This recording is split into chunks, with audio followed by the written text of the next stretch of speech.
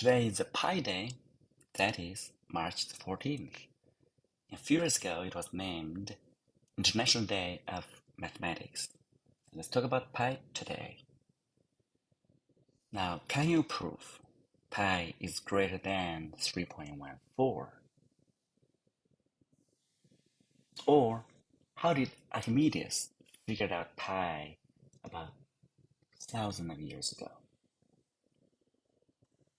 Okay, by definition, we know that if you have a circle, pi is the ratio of the perimeter over the diameter, right? So we know that pi is irrational, and people figured out many digits, maybe trillions of digits of pi using modern computers. And this is the first 1,000 digits. Okay. Try to memorize a few hundreds of them. Now, back in 300 BC, Archimedes figured out that pi is in range of these two rational numbers, or roughly is about 3.14 something, right? Now, today we can ask, can we reproduce that result without using modern computers? The method is actually very primitive.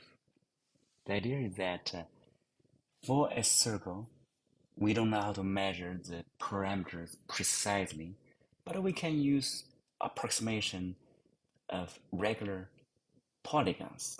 For example, you could have the inner and outer pentagon here, so that would give you a range of the parameters, right? So as you increase the size of n, you get better and better approximation. Okay, this method of sandwiching a particular unknown value with two upper bound and lower bound values that we can calculate is very common in calculus these days, right? So here Archimedes used this method to figure out pi. Let's do that. Let's repeat his results. Okay, so for n-sided polygon, let's do some math first, right? How is it related to pi? Now, as an example here, we have, of course, here's this hexagon, six-sided here. Now, we say A is the side length of the polygon here, right? So the parameter, of course, would be n times A, right? So we try to approximate. Now, what is the relation here? Let's look at this triangle here, right? So half of A equal R, this is radius of the circle. Yeah. So when we look at this highlighted triangle here, right? Half of A equal R sine theta here, right? Theta is half of this angle here, right? So interior angle of M polygon, yeah, that would be 2 pi over n, right, for the interior angle. And theta is half of that, so half of 2 pi over n, and 2 would cancel. What you get is pi over n. Now that is, with a regular n-sided polygon, we know that pi, by definition, is parameter of the circle. Here, parameter is greater than the n-sided polygon here inscribed in the circle. Okay, so plug in the formula here. What we have here is NA over 2R, right? And what is A here? A is 2R sine theta, right? 2R sine theta is A over 2R. 2R would cancel, right? So what we get is N times sine theta. What is theta? Theta is nothing but pi over N.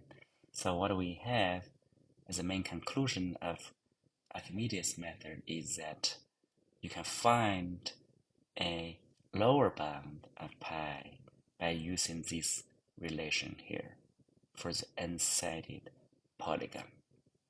Okay, so that's what we derived so far by using the structure of the unsighted polygon and how it's related to the radius of r, right?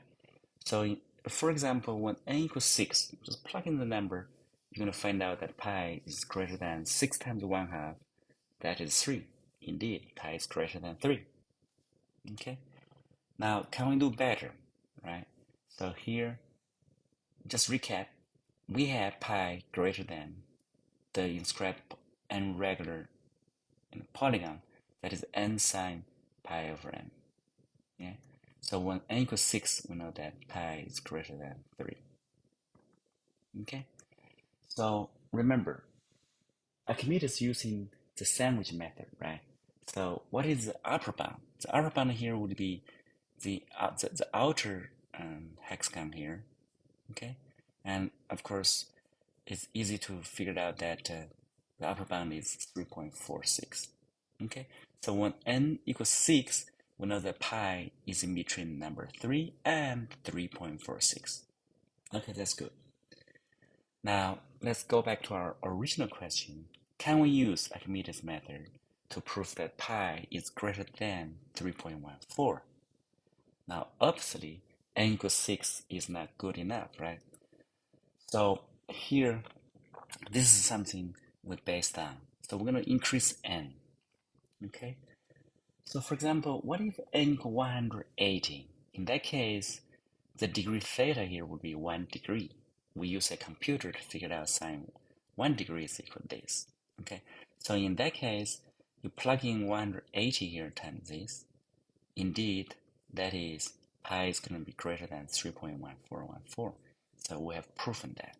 However, this result would require you to use modern computer to know sine of 1 degree. Okay, what if we don't? Okay, in other words, what if we use Archimedes method, where at the time there's no calculator or computer, and he had to calculate by hand? Okay, can we do that? Of course, the important tool to use is half-angle formula for sine.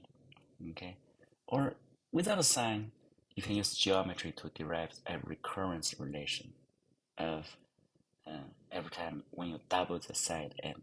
Okay, so in this case, let's try n equal 12, right?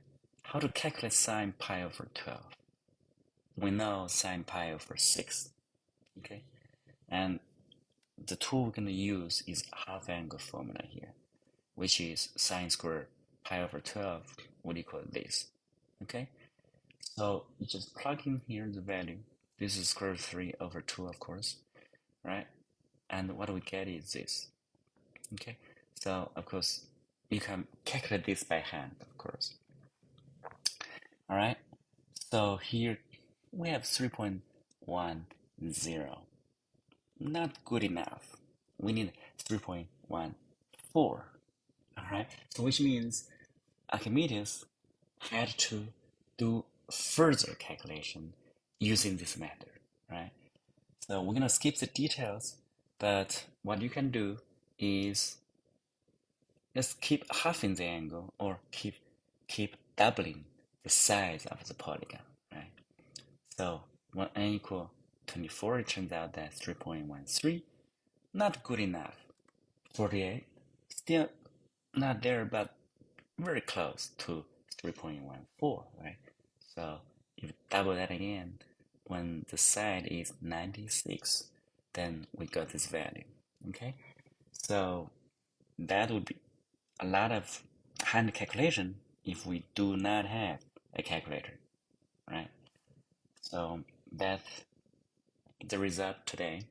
We try to reproduce what Archimedes used to figure out the range of pi. Okay, hope you enjoyed the video. In the meantime, please like, share, and subscribe to the channel.